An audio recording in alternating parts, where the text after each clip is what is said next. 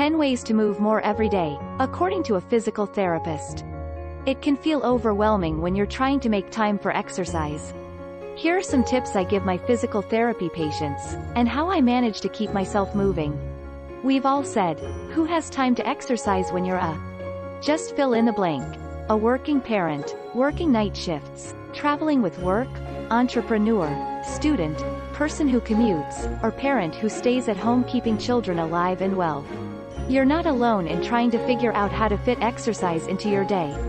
As a mama, entrepreneur, student cramming for exams, career professional who owns their own business, schedule exercise time. Otherwise, it won't happen. Realizing the I'll work out later approach doesn't work for me or anyone else. I have to block time out of my day to exercise so I can stay sane and maintain my health and strength. And here's another tip. Try adding in a few bonus activities throughout the day and week to keep your body moving. Just a few extra minutes of movement here and there really do add up over time. Here are 10 ways to move more during everyday life, without having to block more time out of your busy schedule. I know. This is so boring, and you've heard it a bajillion times. Yet, it's one of the best tips for a reason. Taking the stairs instead of the elevator increases your heart rate, helps with balance, and improves lower extremity strength. If you're feeling saucy and have a few minutes, you can even do some heel raises off the edge of a step for calf strength, or take the stairs 2 at a time. Skip the elevator, your body and heart will thank you. If you work from home or have transitioned to virtual conference calls, schedule a walk during 1 call per day. If you don't need to be staring at a screen looking at spreadsheets, plug in your headphones, slip your phone in your pocket, and solve the world's problems on a walk. It's a great way to mix up your daily routine. And if you work in an office, take your one-on-one meetings to go. Walking together enhances team bonding, and you may even come up with better ideas. Research shows walking boosts creativity and enhances mental acuity. I do this a lot, and I get funny looks sometimes, but hey, I'm a busy woman, and my time is precious. When you're shopping, try walking lunges down the supermarket aisles while holding onto the cart. Okay, that might be a bit much, only if the aisle is empty. The cart offers a good balance point, and you can get about 10 to 20 lunges in a single pass, depending on how long your supermarket's aisles are. Go for it, it's surprisingly fun. Swap out your office chair for a stability ball. This can help with back pain and help improve posture, and while sitting on the ball, you can do some gentle mobility stretches for your neck, pelvis, and spine. Try a hula hoop motion and tucking and untuck your pelvis to help fire up your core stabilizers. Skip the fire. If you want to add in some abdominal work, you can also try seated marches or other exercises on the ball, all while sitting at your desk. While we need to be safe and alert to our surroundings, if you're in a safe and well-lit area, consider parking further from the entrance of wherever you're going. Adding in a few minutes of walking time here and there adds up over time and can increase your daily step count. Yup, you're welcome. Some older research states that sex burns calories at a rate of about 3.1 calories per minute for women and about 4.2 calories for men.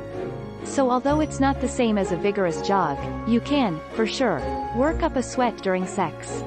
Have fun, try new positions and techniques, and bond with your partner all while moving more.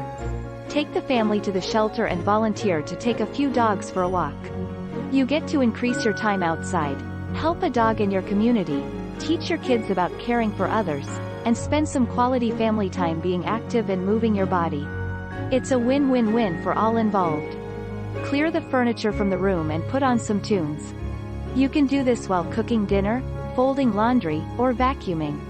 Dancing is a fabulous way to burn calories and work on your balance and coordination. Plus, you can make it a game or contest with your kids. They need to learn about 80s rock, right?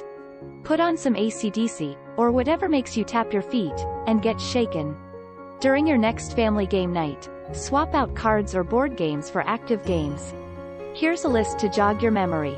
Hide and seek, dodgeball, kick the can, scavenger hunts, tag, twister, freeze dance, potato sack races, pin the tail on the donkey, musical chairs, hopscotch, jump rope, hula hoop contests, limbo lambada.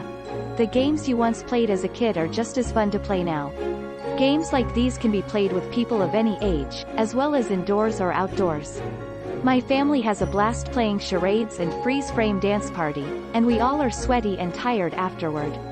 I know this goes beyond all tenets of binge and chill, but hear me out. Walk on the treadmill, use a stationary bike, stretch on the floor, use weights for upper and full body strengthening, or do Pilates during your next Netflix and not so chill sesh. If you watch a 30-minute show and move the whole time, that's 30 minutes of exercise you didn't have before. You can even limit it to when the commercials come on if that feels like a good place to start. Keep your exercise stuff near your binge-watching place, and do some bodyweight exercises or even foam rolling during your show. Just a few reps of bicep curls, tricep presses, or arm raises with light hand weights will make a huge difference in your arm strength, posture, and well-being.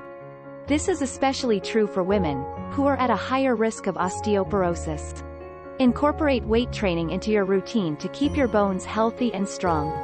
I hope these ideas will motivate and inspire you to get up and move a bit more throughout your day. I know how difficult it is to maintain a good routine. It can seem overwhelming when you first start to exercise, but trying a few of these things will help. Start small by adding in a few lunges here and there, a walking meeting once a week, or stairs a few times, and before you know it, you'll be moving and grooving much more than you were before.